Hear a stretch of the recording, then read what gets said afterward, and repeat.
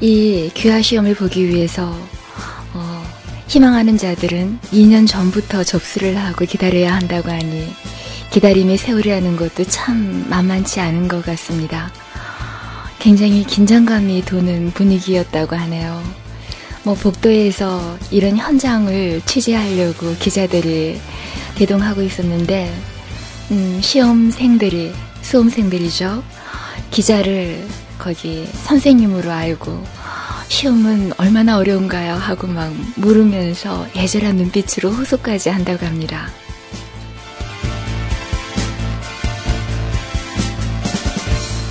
지금 흐르는 곡은 사이버트론의 라가 인 에이저 마이너.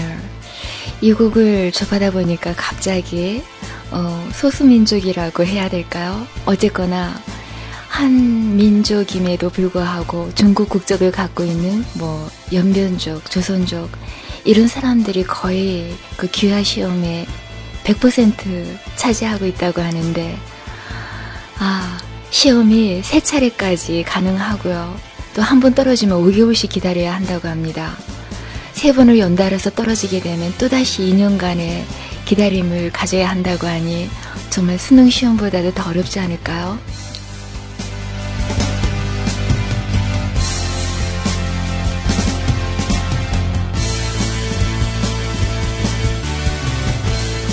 도대체 귀화 시험에는 어떤 문제가 출제될까 저도 궁금했습니다. 10문제는 선답형, 사지선다, 찍기로 충분히 가능하니까 포크를 선물해주면 될 테고 또 나머지 10문제 가운데 5문제는 논문식 그리고 단답식 이런 주관적인 문제 1문제 모두 20문제가 총 출제된다고 하네요.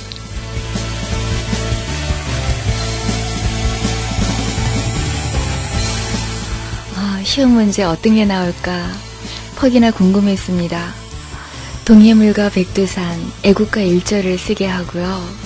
또 이렇게 우리나라 그 속담, 전래되는 그 속담 가운데 가로 해놓고 기억자 모른다. 이런 문제가 나오면 그 수험생들은 아주 별의별 대답이 다 나온다고 합니다. 나는 모른다.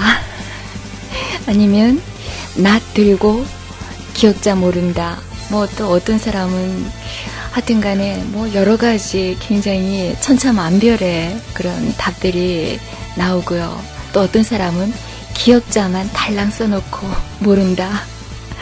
이런 우리한테는 너무나도 쉬운 문제가 그들에게는 문제 자체에 대한 이해력조차 안 되는 그런 문제들로 받아들여지나 봐요.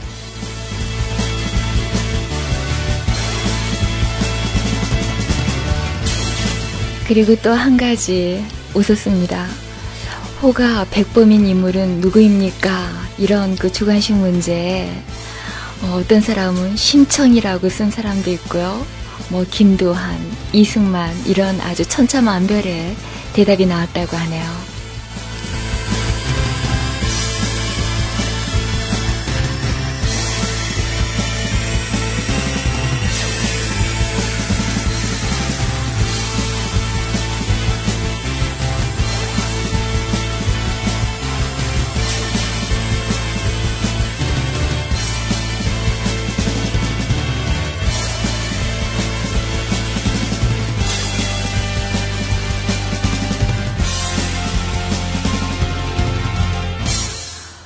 사실 외국인으로서 제대로 대접을 받지 못하는 그들의 심정 참 외롭고 쓸쓸할 겁니다. 의료보험 보장도 어떤 그 상해보험도 제대로 안 될 테고요.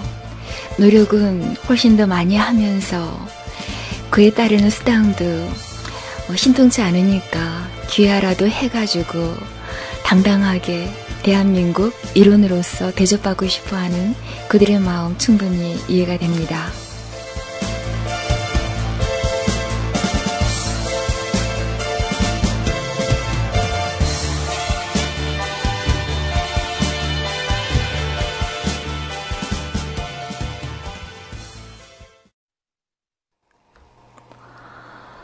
생존, 전쟁이나 거의 다를 바 없죠. 내가 알지 못하는 또 다른 세상이 있구나 하면서 오늘 내심 놀랐습니다.